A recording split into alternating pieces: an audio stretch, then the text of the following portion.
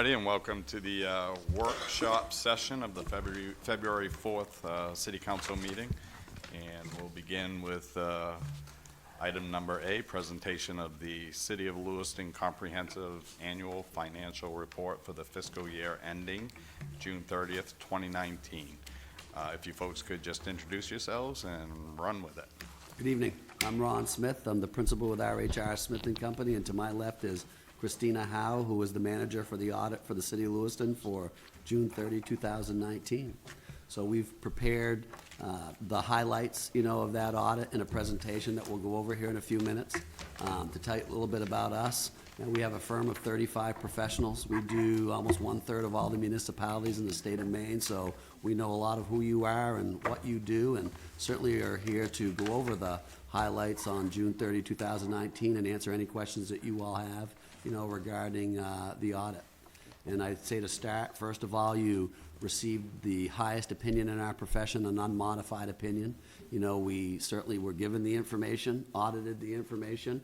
It was all fairly presented, so it doesn't usually roll that way. There's usually a lot of adjustments, but certainly in the City of Lewiston's case, that wasn't the case, and the highest opinion was awarded to the City of Lewiston. I don't know for how many years, but it's been a long time that you've received the Comprehensive Annual Financial Report Award from the GFOA, and that's one of the highest industry standard awards given to municipal government or government out there in the United States of America and Canada. So congratulations to that. And I'm going to turn it over to Christina to go over the results of the audit and answer any questions you have. Hi there. Good evening. So we're going to start with, can you bring the slides here? I can. All right. We're going to start with revenues. If my partner in crime here can help me out. Come on. So we have your revenue budget to actual. Overall, you came in about 1% over budget with your revenues. And your major revenue bases are your real estate taxes and intergovernmental revenue. Next one. So then we have your expenditures. Came in 3% under budget. And there's no surprise here. Your largest expenditures are education and public safety. Next one. So your next slide, we get into the general fund equity. So there's different classifications of equity. There's the non-spendable fund balance, restricted fund balance, assigned fund balance, and then your unassigned. So it gets a little bit into, over on the right, what makes up those different distinctions. Your non-spendable had a small decrease this past year, but overall the other fund balances increased. Your total fund balance went up about $4.3 million, and overall, the overall percentage of increase for all of them combined was about 15%. And I think to add a little bit about that you're consistent with your fund balance policy that you set, and I think that was back in like 2011 for the city, so you're well within that policy. And the other thing that I would note, on there, you have this money, and there's pockets of it reserved. And one of the big things that you'll see under the assignment of your fund balance was the workers' comp claim reserve account. And I think you paid, it was probably one of your bigger years of paying a lot of claims. But still, the quantified or mathematic number, is about $5 million of expected claims on June 30, 2019. And I think that you've got about $1 million set aside into reserve, about that. So there's a gap of about $4 million to fully fund those claims. So certainly if those claims go up, the more money you're going to need to fund that. And that would be just some area that I would just say pay attention to that for sure.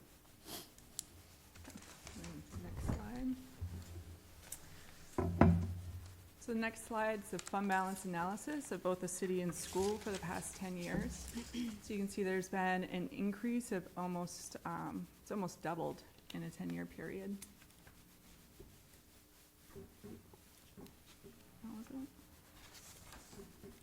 And then the next slide, we have your unassigned fund balance as a percentage of budget. So if you look down, Lewiston falls behind Portland on this at 13%.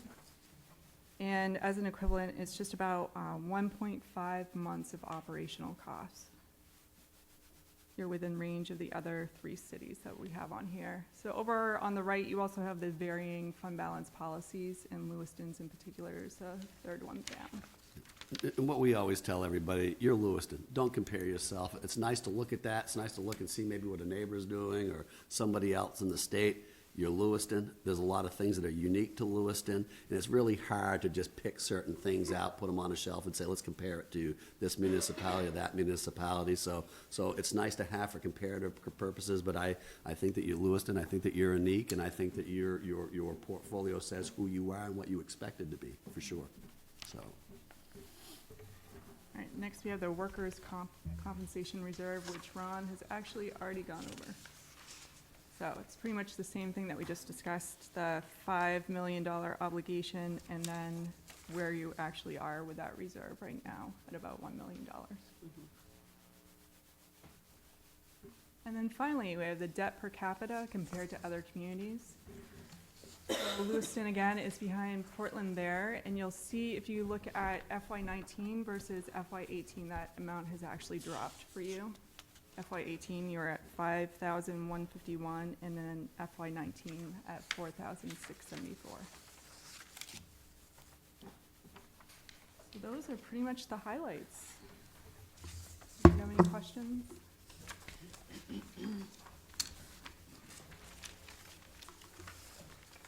Counselor Ray? Did you want to Go go ahead. first? You can go first. You laid it out very well, but just to connect the dots, so the total fund balance is going to be what we did not spend from our expenditures plus the additional revenues we took in, right? Correct. And Okay. there's plenty of pieces to it too, Yeah. Counselor, and if you want us or Heather to send you those pieces, there's probably 15 pieces to your fund balance. We like to focus on what the unassigned is, because that's really, what your policy establishes.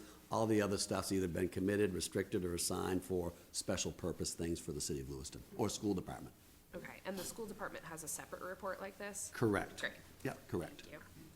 So, in 1 second, Heather, so our ratings, that's because of good work from previous city councilors and our finance director, who really keeps us in line and helps us understand the direction that the city's been going in for the past decade on reducing our debt and other areas. So I just want to acknowledge Heather before I turn it over to her for her comments. Thank you, Heather. Thank you, Mr. Mayor. Couple things. First of all, as part of the fund balance policy, you saw on the slide that our floor is 8%, and then we have a ceiling of 12%. In the past, for some of the new counselors who have already kind of sat with me reviewing the budget, we've talked about using a portion of fund balance to fund one-time capital and repair cost. With a little over 13% fund balance, that gives us, if we stayed at the 10% threshold, which is kind of that sweet spot the counselors have been holding to in the past, it gives us about $4.2 million of monies to work into paying down the LCIP, as well as fund operating capital and so forth within the budget. So it's a healthy number to go into the FY21 budget, which I'm sure we will use. Ron, I don't know if you want to talk a little bit about the school's fund balance and their adjustment Sure. between the two. But right now, the school has a total fund balance of $6.4 million. And the unassigned from the school standpoint is about $4 million that they have not set aside for a particular purpose as of FY20.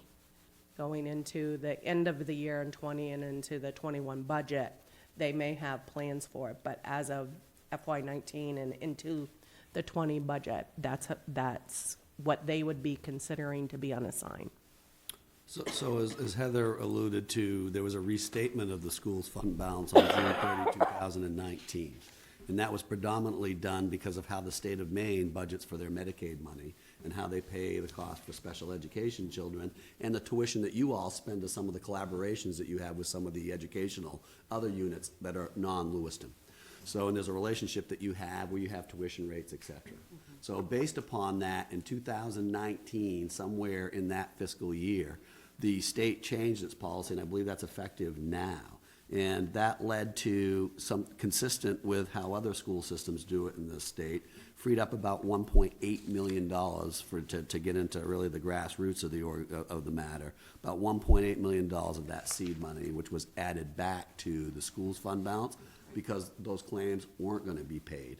So anyway, so long story short, that was a, I won't say windfall, but certainly a shot in the arm for the school department of $1.8 million. And I know that there's been a lot of talk, from Bobby over there on what that money's gonna be used for, and there are plenty of needs, at that school department. I'm not privy to all of them, but her and I certainly had some conversations. I know capital has been a big need for the school department. There's been some deferred capital maintenance, so it's nice to have that, shot in the arm, and certainly that was the restatement for last year, so.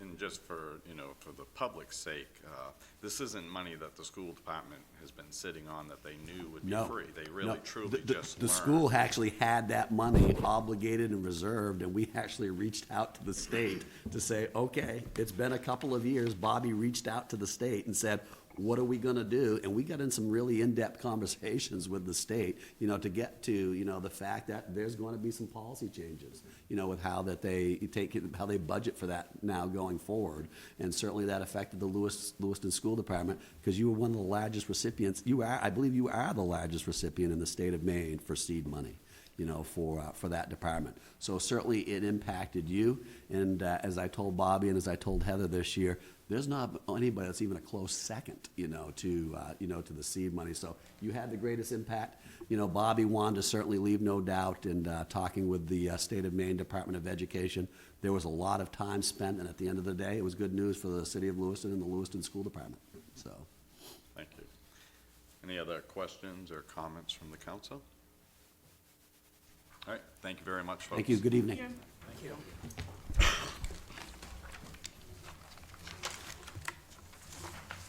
Okay, item number B is Lewiston Auburn Transit Committee Comprehensive Transit Study presentation.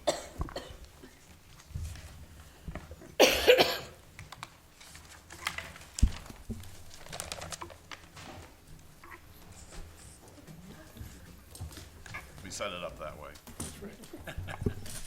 Good evening, Mayor, City Councilors. I'm Dennis Dote. I'm Deputy City Administrator with the city, but I'm also the Chair of the Lewiston Auburn Transit Committee.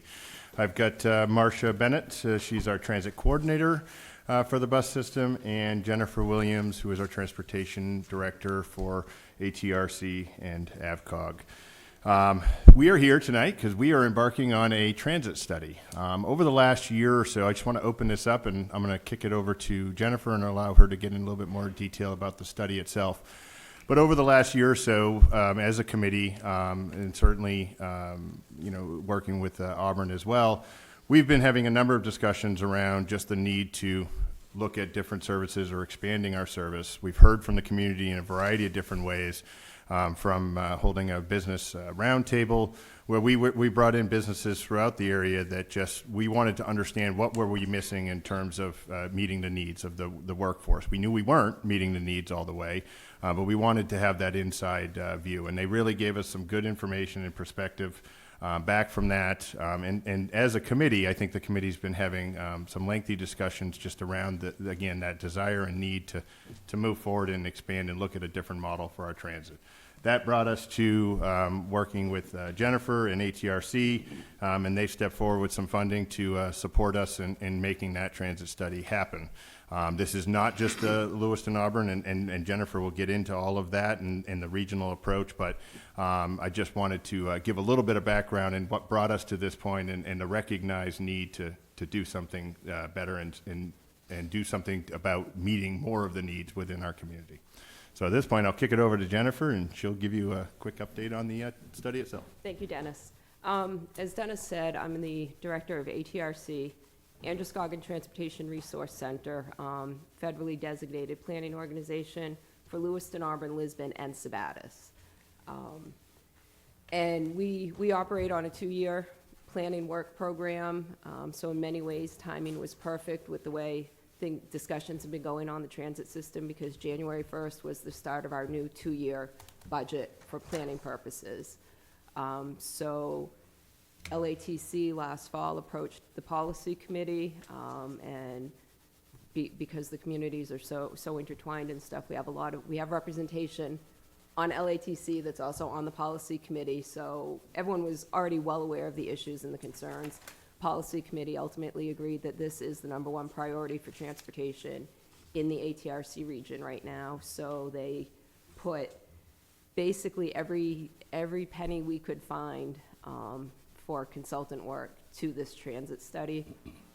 LATC put match into it as well, so it's a combination of federal highway, FTA planning funds, local match, LATC, AvCog has some funds into it for the local match. It's a real combination of everything. We want to look at transit in the bigger picture, not just the Lewiston Auburn Transit Committee, which is why we went through ATRC for it, because we will be looking at transit needs for Lisbon and Sabattis as well. Lisbon already has a transit system. They have the Lisbon Connector. Lisbon Connection, thank you. That is pretty much commuter service from Lisbon into the Oak Street Station in Lewiston. But we want to look at the whole thing. We're kind of taking the approach of a blank slate. So what we're asking the consultant to look at is, we know we have 2 hubs. We have the Oak Street Station in Lewiston. We have the downtown Auburn Transportation Center in Great Falls Plaza, which opened about 3 or 4 years ago. Those are set in stone, but the rest of the system doesn't have to be. So we're really asking the consultant to come in. We have those 2 facilities that we have to work around, but other than that, don't look at what we have so much as what does this region need based on the demographics of the community, based on the employment centers, the educational facilities, the whole bit. What should we have? And then come up with recommendations for us as to most likely how to phase in, how to get there and stuff. We're still developing the scope. I believe it was sent out in your packets. So really, we're here tonight just to kind of say, are there certain things that as the city council you want us to look at? Are you going to look at us and say you are way off track with what you're doing, don't do this? I hope not, but I mean, this is the time to make sure we're really looking at what we need. Marcia, do you have anything you'd like to add?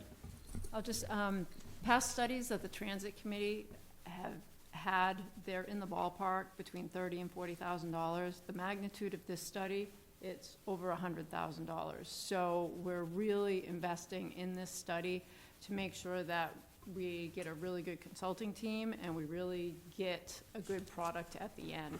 And one of the approaches, just what Jen had said, we want them to look at the area as it exists now. So we're not focusing, if you look through the scope, and we really would like to have feedback on the scope. If you look at the scope, usually it's asking consultants to look at past studies, to look at the current system. We're not providing them with any information on past studies. You can't help but, I mean, the system is there, so they probably will look at that, but we really want a fresh look at this.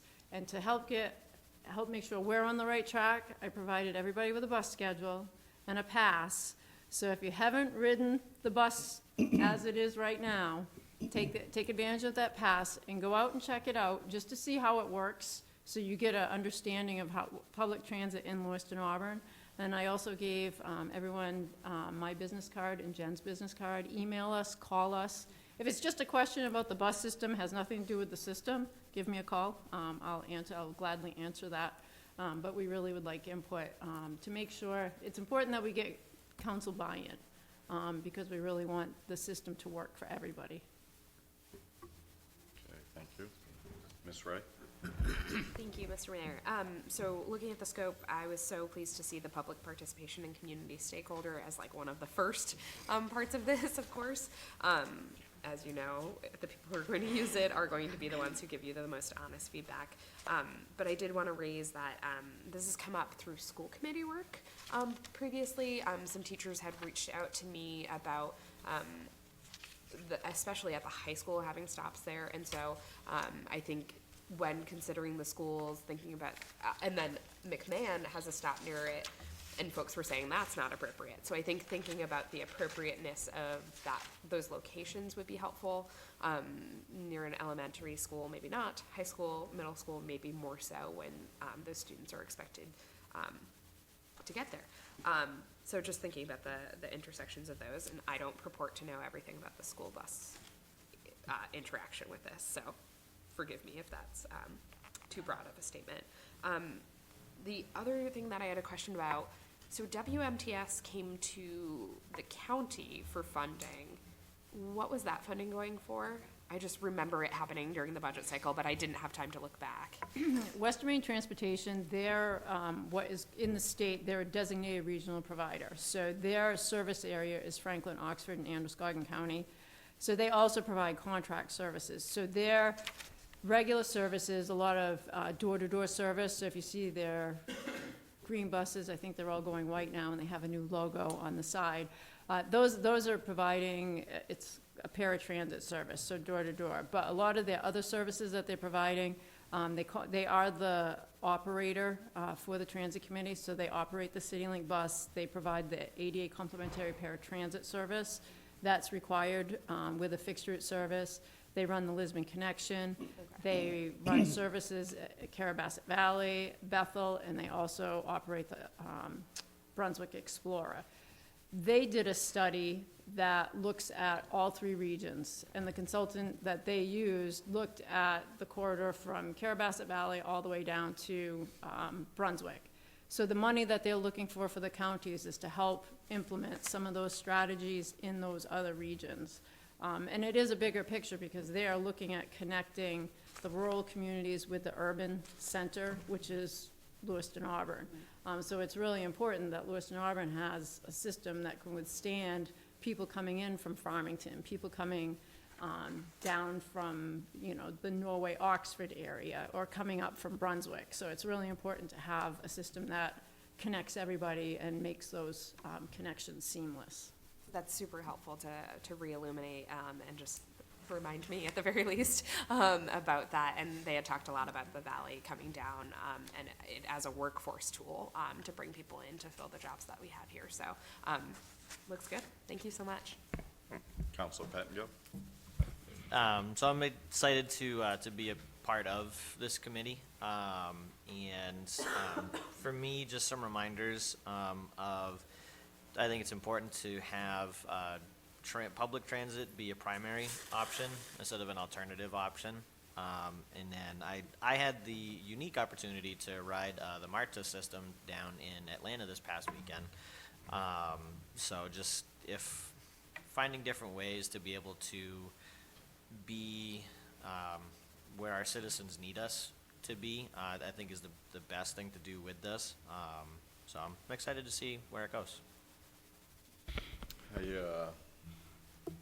I've always thought that when you compare our transit system to other transit systems throughout the state, what we get for the dollar that we invest is really a lot, and I think people don't recognize that. I do think we've underfunded transportation in this area for a long time, and so I'm excited that we're doing this scope because I've seen past studies that, just didn't cut it, really didn't add the value that we needed. What makes me excited about this one is that we're going to be focusing on more than just getting people to the mall. Because I truly think if workforce isn't the primary focus, then we're missing the boat on this. I'm going to encourage that we identify partners out there. So, there's a lot of work being done through the chamber on workforce development.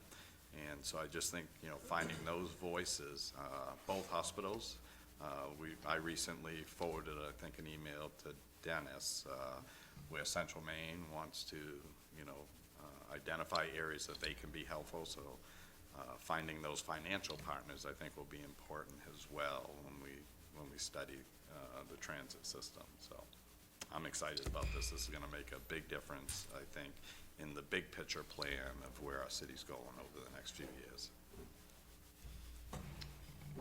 Councilor Khalid?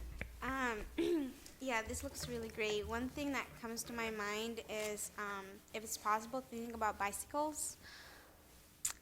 throughout the community, especially to the downtown area, like public. I mean, we're not as big as Washington, but maybe in the future, that's definitely something that should be considered. Something else that comes to mind is the trains. Is that included in this work? The train station? No. No, this would only cover bus transit within the region. So it wouldn't, I don't think it would get into the addressing any other connectivity to other modes of transportation, like trains or that. Awesome. Thank you. So when you brought up bicycles, did you mean like the ones where you ride it to someplace, leave it, and somebody else takes it? Correct. Okay. And could that be part of the discussion, so that would allow passengers of the transit to jump on a bike to go that? Something to think about, anyway. Pretty unique idea. It is a unique idea, if it was part of the bus system. Yeah. Right now, my answer is gonna be, let us think about that and see Sure. if there's a way we can incorporate that into it somehow. I At don't least know have the yet. discussion, right? Because Yeah. you're right, it might not be feasible now, but it could be in the near future, and maybe we have that discussion now, anyway. Any other questions, comments? And so when could the council expect an update on this? The timeline that we're kind of working at right now, we're still working with the Transit Committee and ATRC on the scope. This is a question I was prepared for. Right now, we're looking at, through the month of February, to kind of fine tune the scope a little bit. Well, we do have to go through DOT as well, since they are one of our partners, funding and everything on this. Looking at maybe late March to be putting the RFP out. And I think my recommendation is gonna be, we work through Maine DOT, they have their pre-qualified consultants. Given the scope of this and the budget, we can select 3 to 5 off of the list that have already been pre-approved by DOT to do transit planning studies. Send the request to those 3 to 5, get proposals back. That's probably gonna be May, late May, before we're ready to award a contract, and then go from there. As far as updates, we can pretty much come back whenever you want us to give updates on it, or easily have Dennis provide stuff as well. We do anticipate looking at a couple key meetings through the study with giving presentations to the councils, as part of And it. up until March, counselors could reach out and give ideas on the scope? Absolutely. Okay, Yep, absolutely. And thanks to Marcia, you all have our contact information. absolutely. That's actually one point I wanted to make, was certainly now, between now and March, if there is any other comments, by all means, you can email any one of us, and we'll make sure it gets into the pipeline in terms of for discussion and that. In terms of updates, we'll certainly try to keep points. During our council meeting, we have our update section, so if it's a small update, I may be able to just give it during that point. But obviously, any significant changes or movement in the process, we'll certainly try to get some workshop time with you if it warrants that. Great, all right, thanks for all the work you folks do. Thank you. Hold on one sec. Perhaps it would be beneficial if we could see the RFPs before they go out. See if we have any further input at that time. We can do that.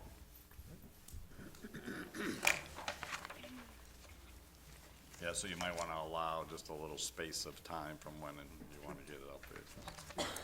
We'll work Right. that in. Okay. Thank you. Thank you.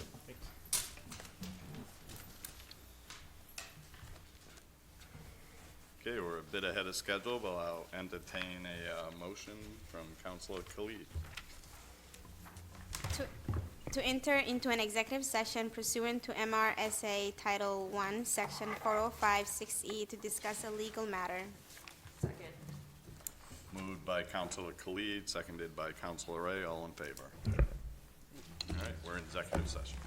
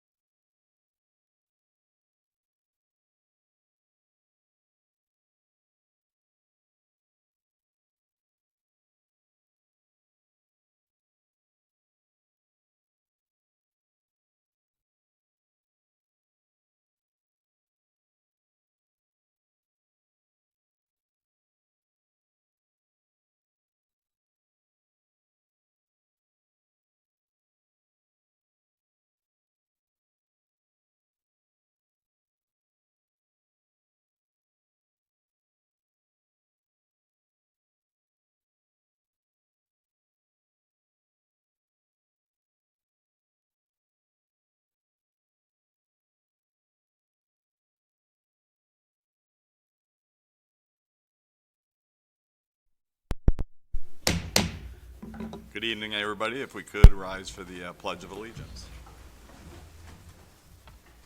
I pledge Allegiance to the flag of the United States of America and to the republic for which it stands, one nation, under God, indivisible, with liberty and justice for all.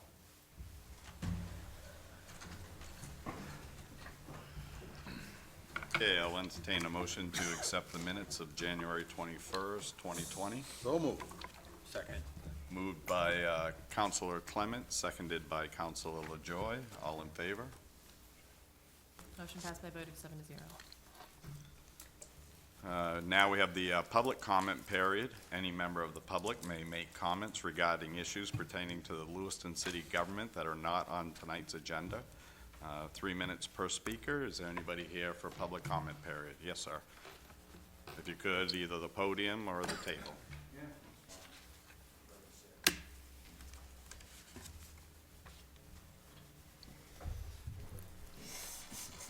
So for those of you that don't know me, my name's Jay Allen. I own Six Sigma Properties. I've been buying and rehabbing buildings on the tree streets for the last 6 years full-time. So I got 2 or 3 things to say, which really are driven by the fact that I have made a decision that I'm selling all of my buildings in Portland and enrolling 7-figure money into Lewiston. Most of my friends think I'm insane. I don't think I'm insane. I came here 6 years ago and have been very successful doing what I do. It's been, to quote an old guy, it's the best of times and the worst of times. It's the most rewarding thing I've ever done. It's also the hardest thing by a multiplier I can't get to. So where I'm at now, and the main issue tonight is, in the last several months, I've had 2 gun battles on either side of the biggest project I've ever done up here at 172 Blake Street.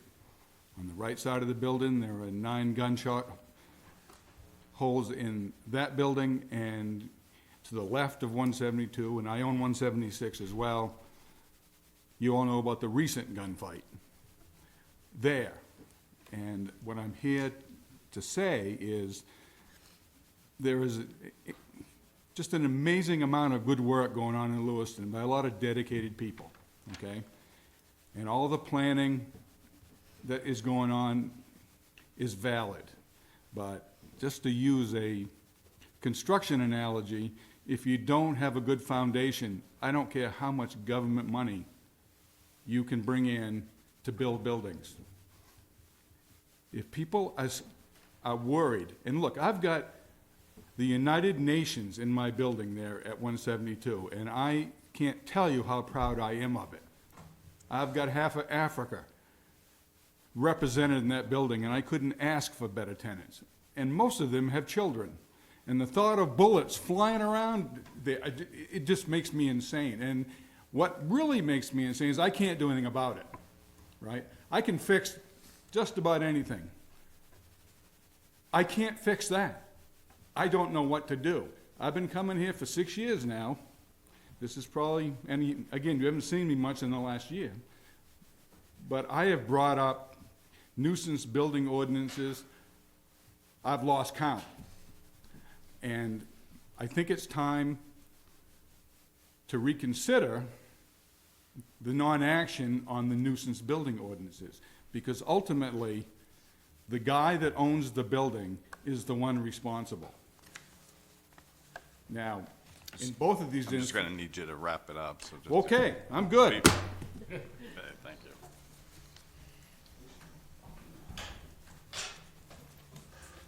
All right, we'll move to the roll call. Yeah, all roll call votes for this meeting will begin with the Counselor of Ward 3.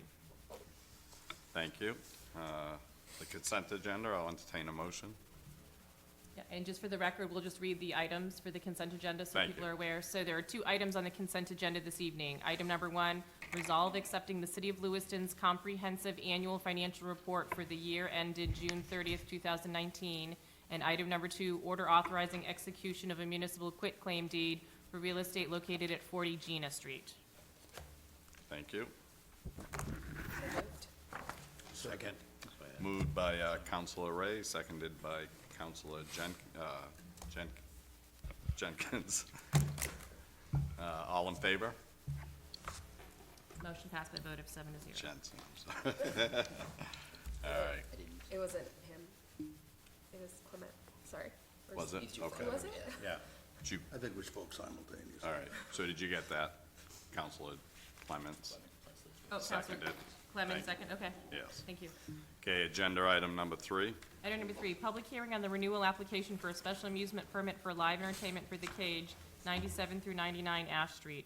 Requested action to grant a special amusement permit for live entertainment to The Cage, 99 through 97 Ash Street. Mr. Mayor, so moved. Moved by Mr. Jensen, Second. seconded by Counselor LaJoy. Public hearing, Yes, presentation. no. No. We're happy to answer any questions if you'd like. Okay. Renewal of special amusement permits is their entertainment license. It's an annual renewal for a lot of these types of businesses. All right, so, anyone from the public? Okay, and then council input? All right. Council can discuss, yeah?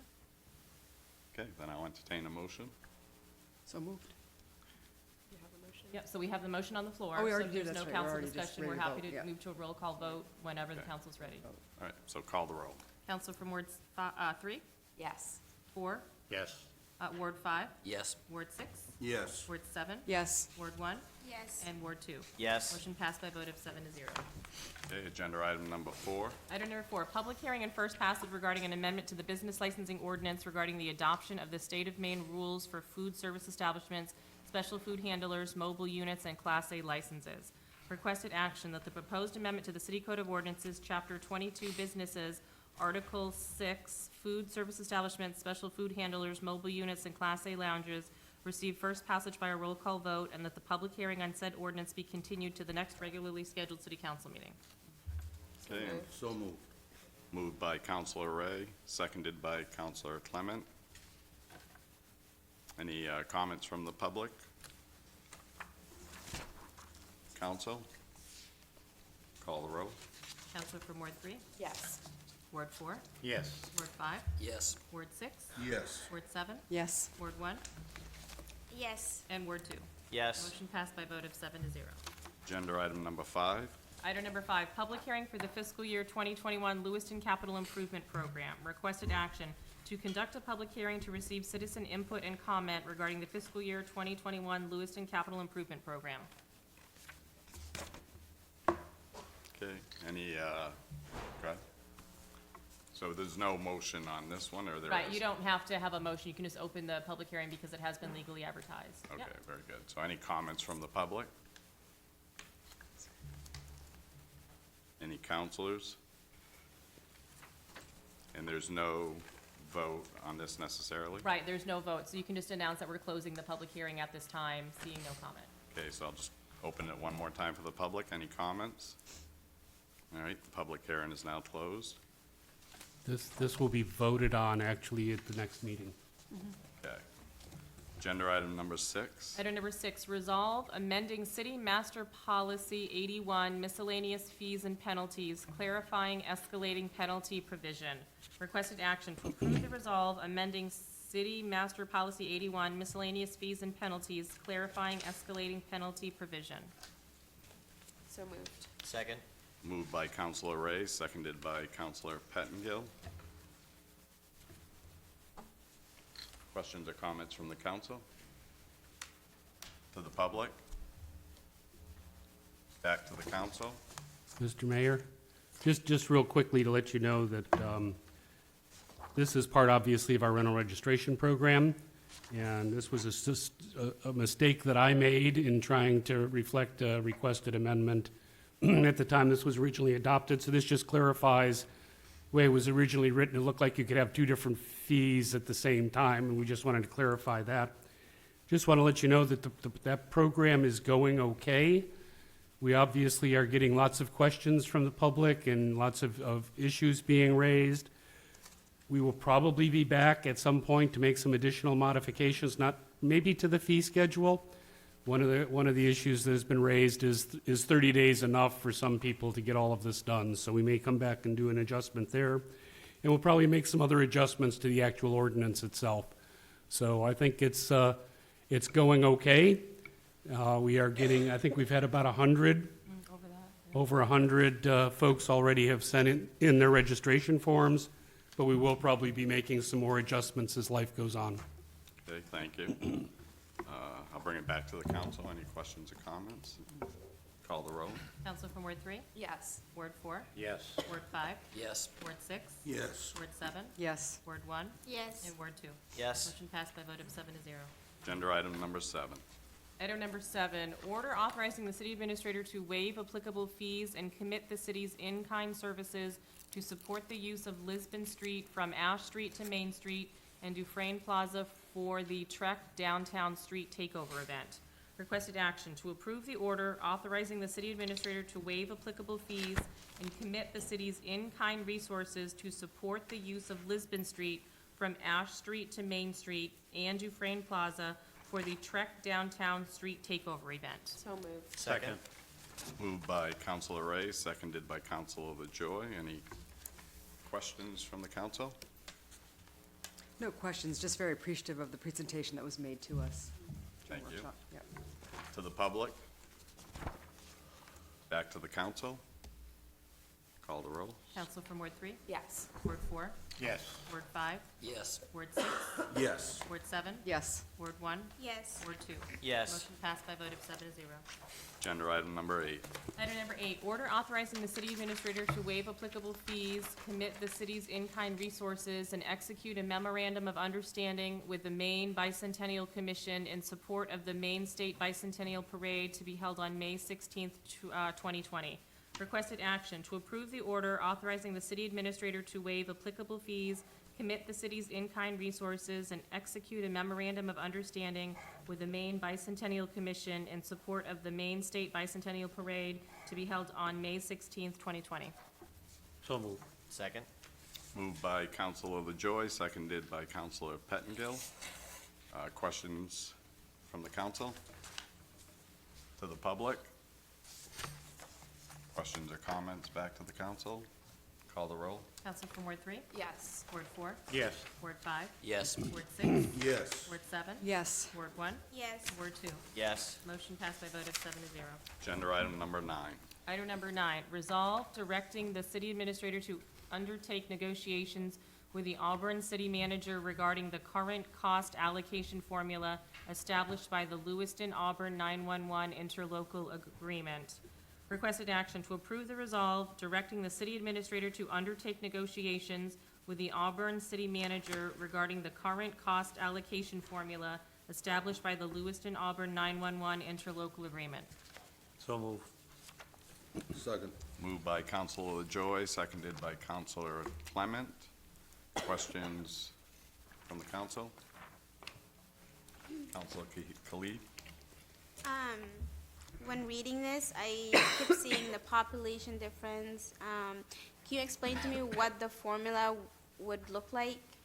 The, excuse me, the current formula is 50/50.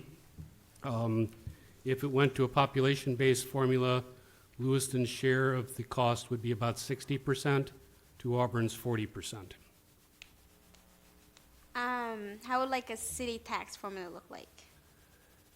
That would shift somewhere around, I don't have the exact numbers in front of me, or somewhere around $250,000 onto the city side of the cost. That roughly corresponds to about 15 cents on the tax rate for that one item alone. Thank you. Any other questions from the council? To the public? Thank you, Mayor and Councilors. Matt Roy, Ward 3. Now, your primary goal as Mayor and Council is to the benefit of the city of Lewiston. Likewise, the same applies to the city of Auburn. Obviously, Auburn is never going to be happy with the current arrangement. Now, Ed, correct me if I'm wrong, this agreement has basically been in place since 1978. The original agreement was 1978. It was updated, modified in 2000, but the funding formula stayed the same throughout that Correct. period. Thank you. I Googled today the 1970 census, which has been the current census when the first agreement was made.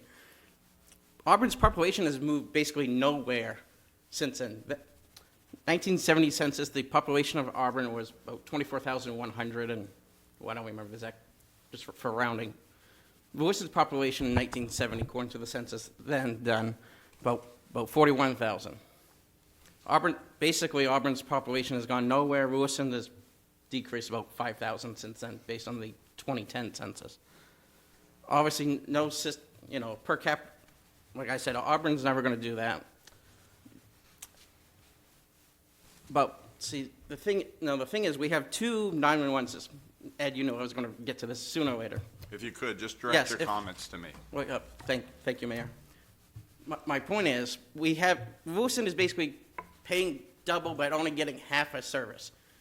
We pay county property taxpayers in the city of Lewiston, like Auburn, pay for the county system, but we get no actual benefit out of it. If we actually, and of course, the irony, Mr. Mayor, if about 2.5 years ago, if the merger actually passed, this would be a no point, because we just have one system and everyone would be probably happier. We wouldn't be negotiating this, but I called the county administrator's office yesterday, and based on the 2020 numbers, on a per capita basis for police, fire, and PSAP, which is, PSAP stands, for those you're not aware, is Public Safety Answering Point. So basically the ambulance, if you call it an ambulance, which in Auburn gets a little tricky for them, but that's $11.59 on a per capita basis. So if Lewiston actually would join the county system, based on our population and that total fees structure, it'd be about $417,000. Auburn would be $267,000. Which, if I remember from previous presentations that the administrator and now Director Reclaire made in the last couple of years, that represents a drastic savings compared to what the current 911 system is costing the city, both taxpayers in both cities. Thank you. Thank you, sir. Any other questions or comments from the public? Back to the council. Call the roll. Oh, Councilor Pettingill. So just to clarify, it's currently 50-50. Auburn would like to see it shift to 40-60. Basically, yes. Yeah. Lewiston's about 60% of the population of the two cities. They would like to have it based on population. So again, another shared service that Auburn's looking to not pay what's needed to fund the system then, essentially. Well, the argument they're advancing is that they don't believe that the current cost allocation formula is equitable. There are a number of ways you can look at allocating costs. Certainly, obviously they're talking about population. Assessed value would be another one.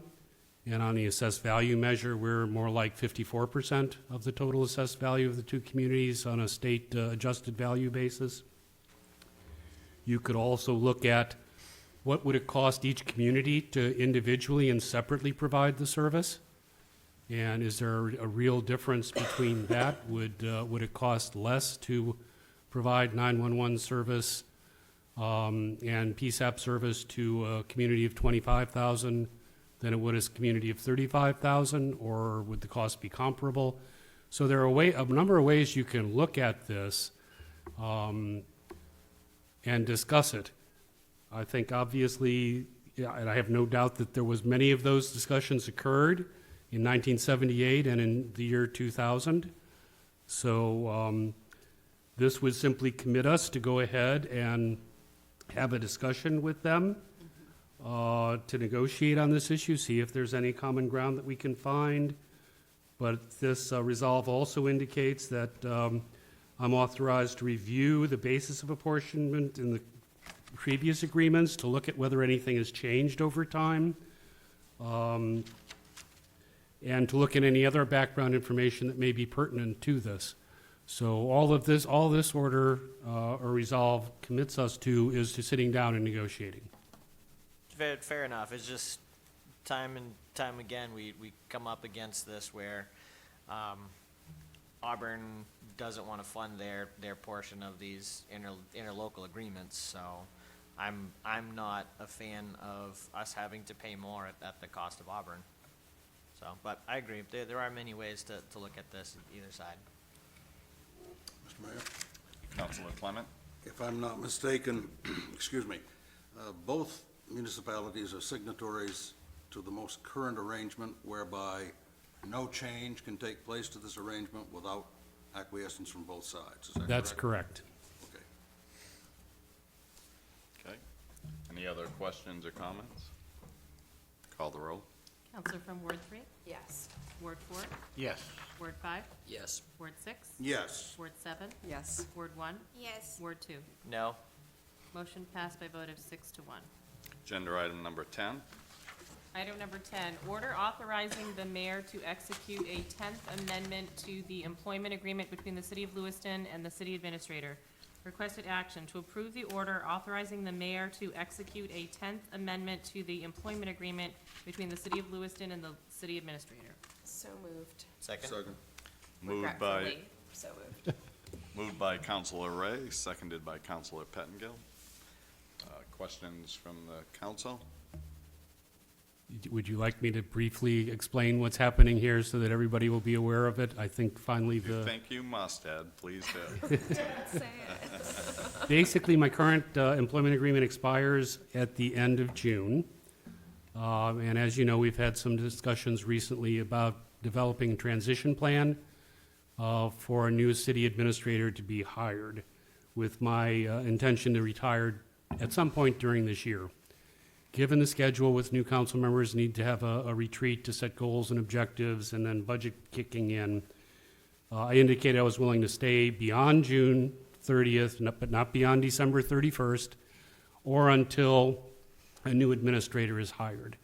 So that's basically what this would do, is just, it would extend my contract for no longer than 6 months, and, or until an administrator is hired, whichever occurs first.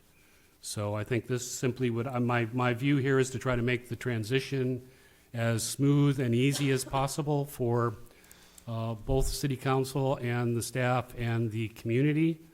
And I will throw in, it's been a great honor to serve Lewiston for the last 10 years. I will also admit that's longer than I thought I would do this, given my age and condition. Oh, jeez. But it's time, and I'd be glad to work with people to make the transition work smoothly.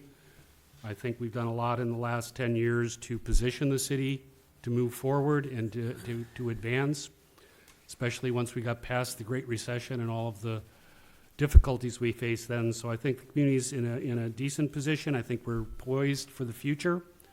And I have nothing but the best wishes for everyone going forward. Ed and I worked together for a lot of years because he started at about the same time that I started on the council, and then we almost immediately went into some of the most difficult financial times the city has seen in, 40, 50 years.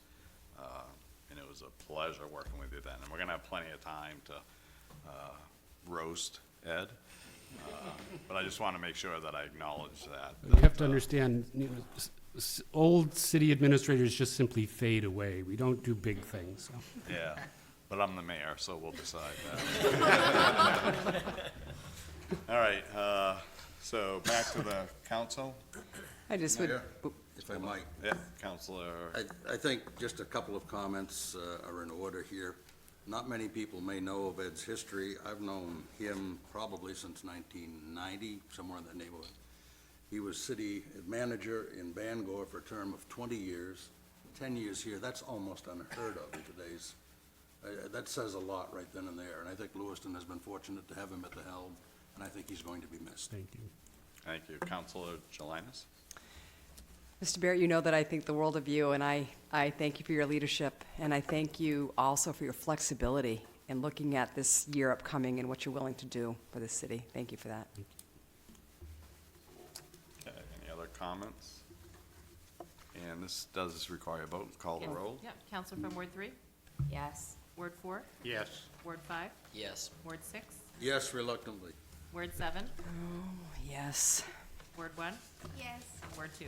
Yes. Motion passed by a vote of 7 to 0. Okay, agenda item number 11. Item number 11, information update TIF request for 197 Lisbon Street. Requested action to provide comments and directions on this proposal. So move. Second? So there's no vote on this, correct? Correct, right, it's just to receive information only. Thank you.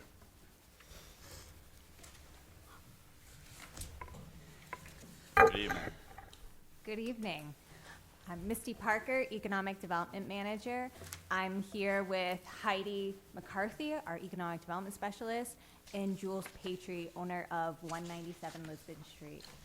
We're just here tonight to provide you in some additional information on a request that has come in from Mr. Patry regarding TIF assistance to support his redevelopment project at 197 Lisbon Street, which is intended to be a mixed-use building, historic renovation of the Scruton block, and provide 12 market-rate apartments on the upper floors and commercial space on the lower floors.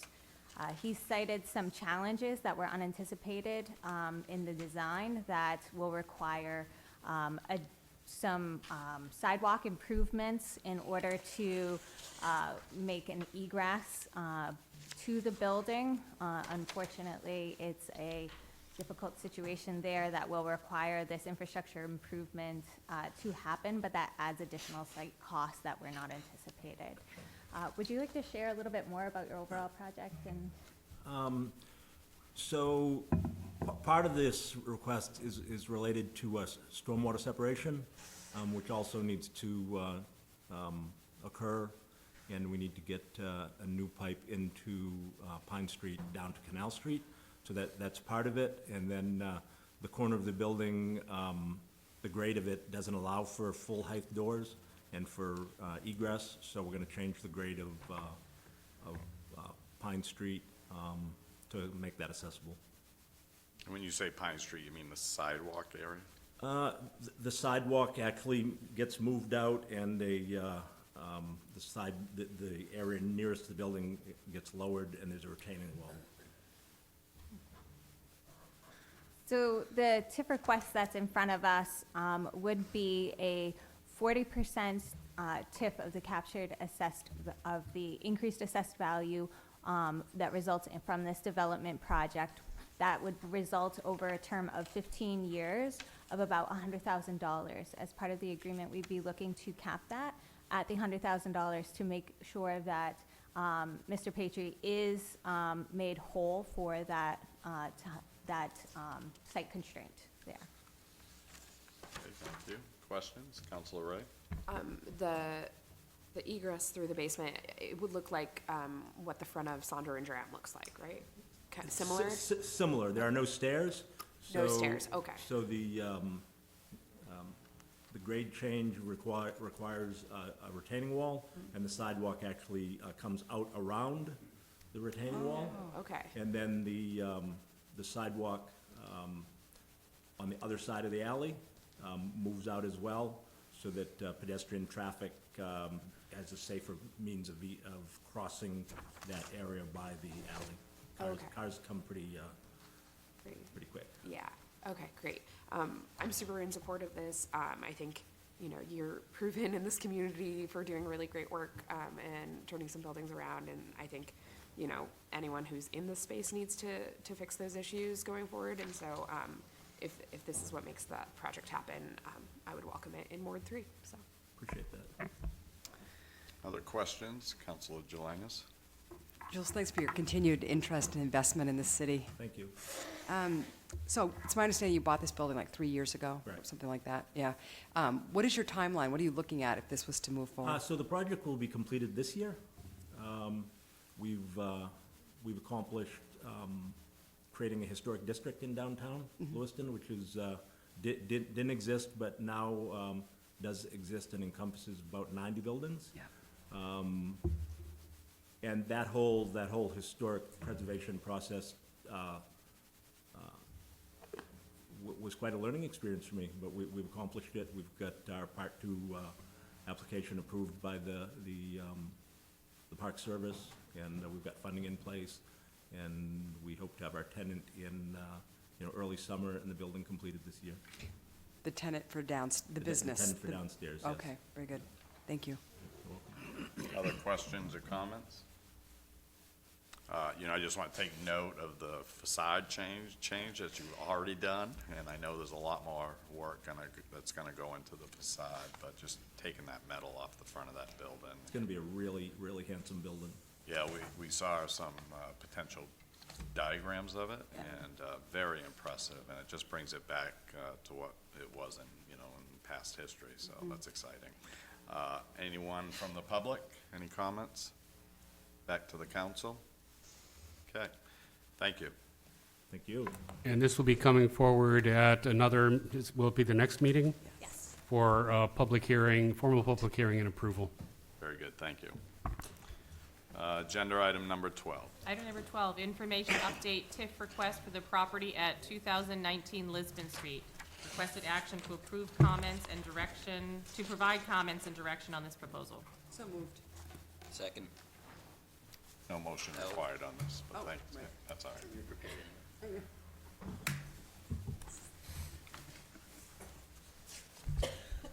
Good evening, folks. Good evening. Good, thanks. Misty?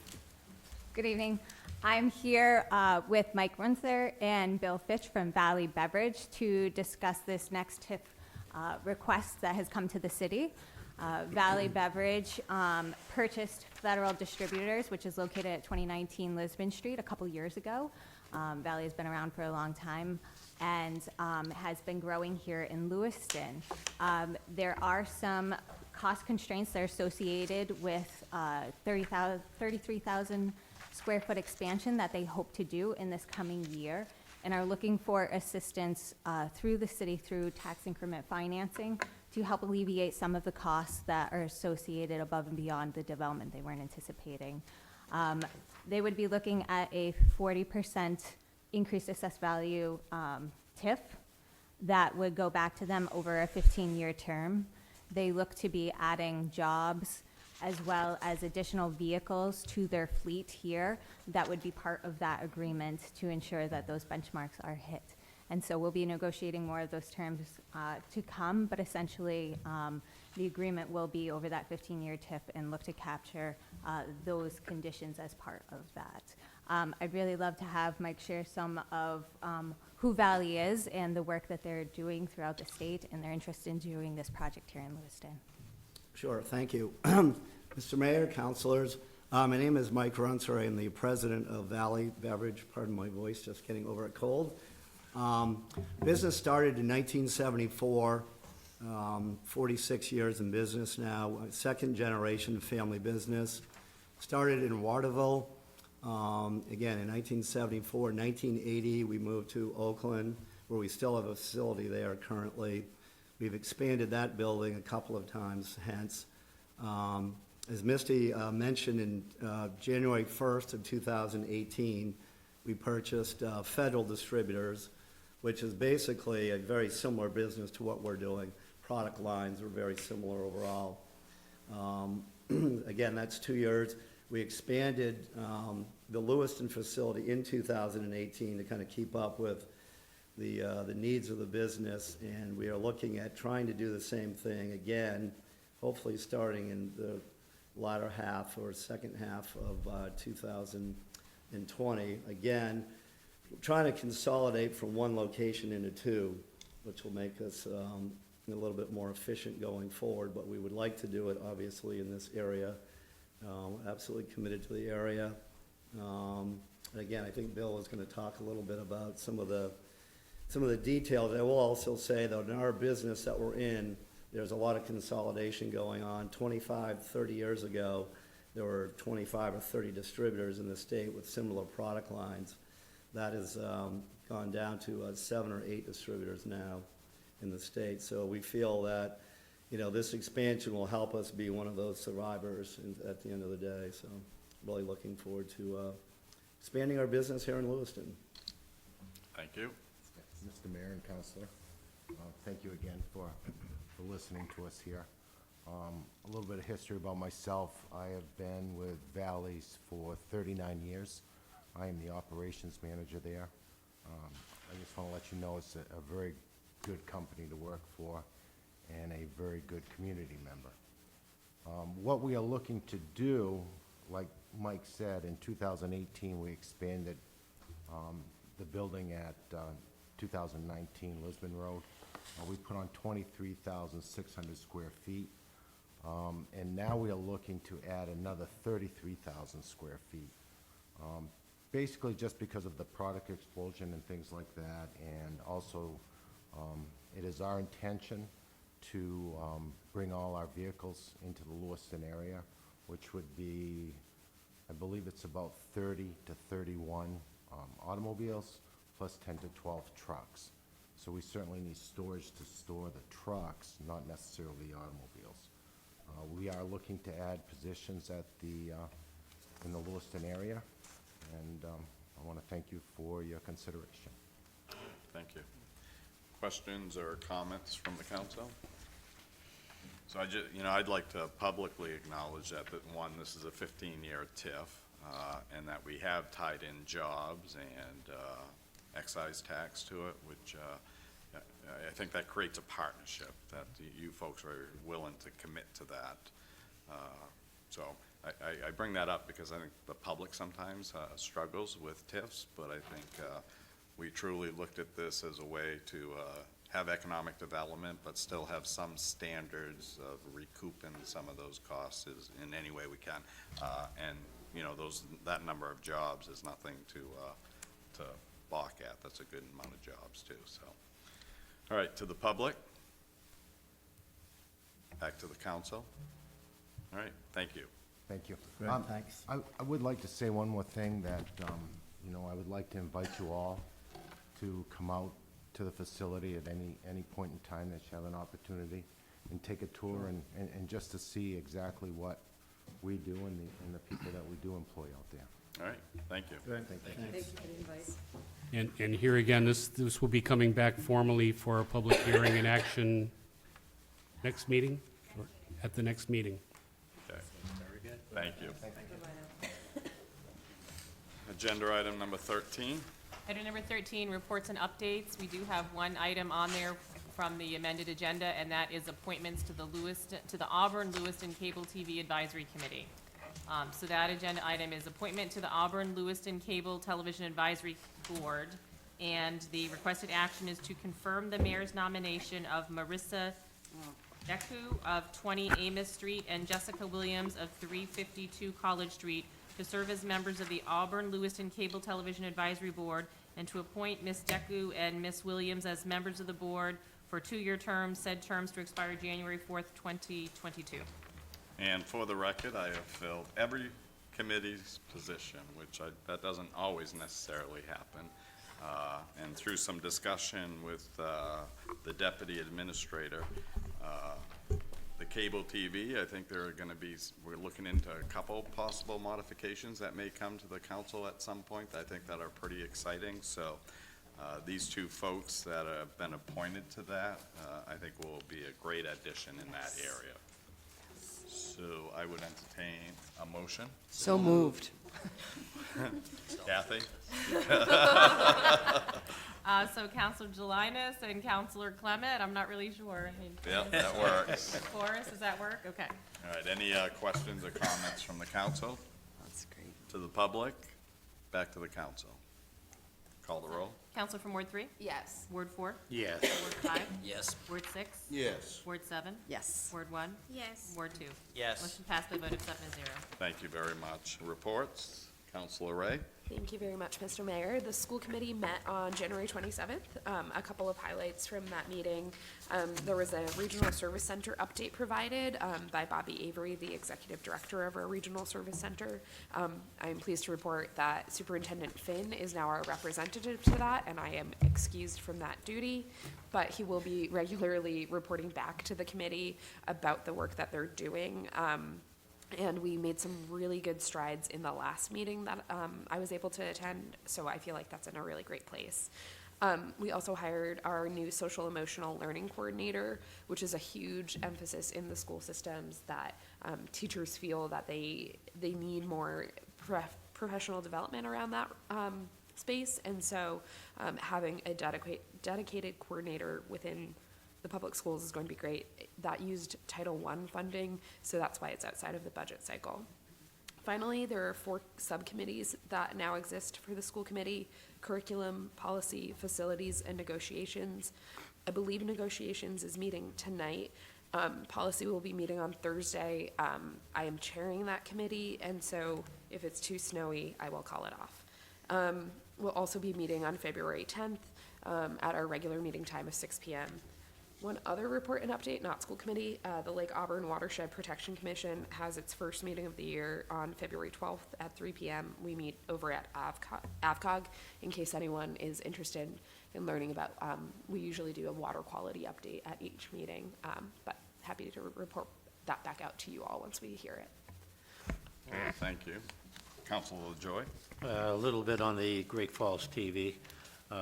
We meet on the first Thursday of the month, and it's at 4 p.m., and it's at the Auburn City Hall on the 2nd floor, if any of the new appointees are listening.